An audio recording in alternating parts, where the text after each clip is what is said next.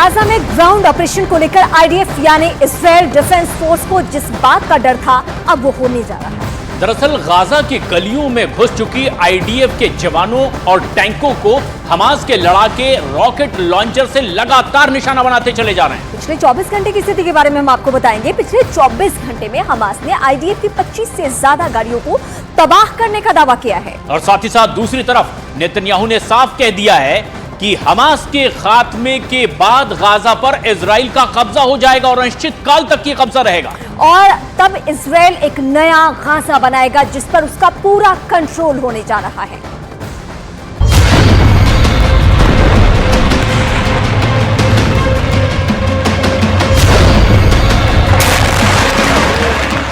Gaza की गलियों में हमास के लड़ाके गेरिल्ला युद्ध लड़ रहे हैं।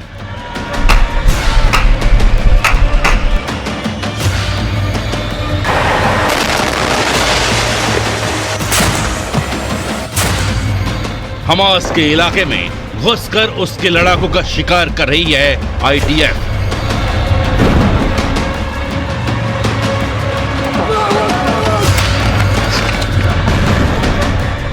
खुले मैदान में खड़े होकर हमास को ललकार रही है आईडीएफ और गाजा की गलियों में छिपकर आईडीएफ पर हमले कर रहे हैं हमास के लड़ाके।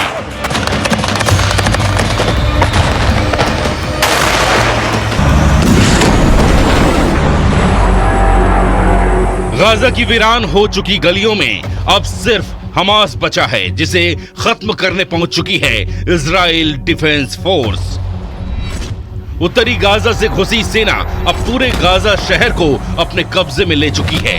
पूरे गाजा शहर को आईडीएफ घेर चुकी है, जिसका मतलब है कि अब गाजा शहर में मौजूद हमास के लड़ाकों के भागने के सारे रास्ते बंद हो चुके हैं। अब उनके सामने आईडीएफ से लड़ने के अलावा कोई रास्ता नहीं बचा है। लेकिन हमास के कायर लड़ाकों में न इतनी हिम्मत है और न ही इतनी ताकत कि वो आईडीएफ के सामने आकर उसे युद्ध के लिए ललकार सके।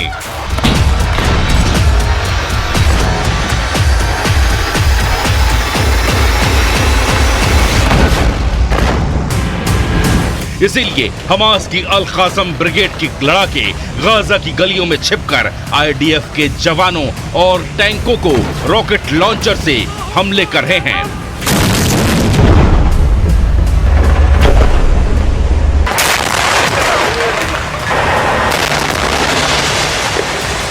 गाजा में घुसकर हमास का सफाया करना इजराइल के लिए बेहद चुनौतीपूर्ण और जोखिम भरा है।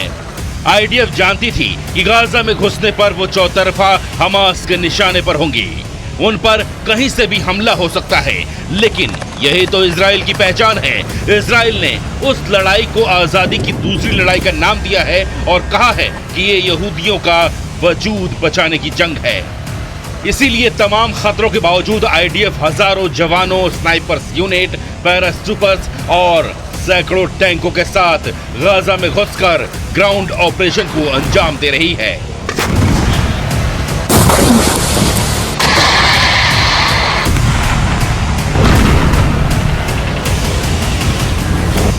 शनिवार को आईडीएफ पर हमले का ये वीडियो जारी करते हुए हमास ने दावा किया है कि उन्होंने अब तक इजराइल के 160 सैन्य वाहनों को पूरी तरह से तबाह कर दिया है।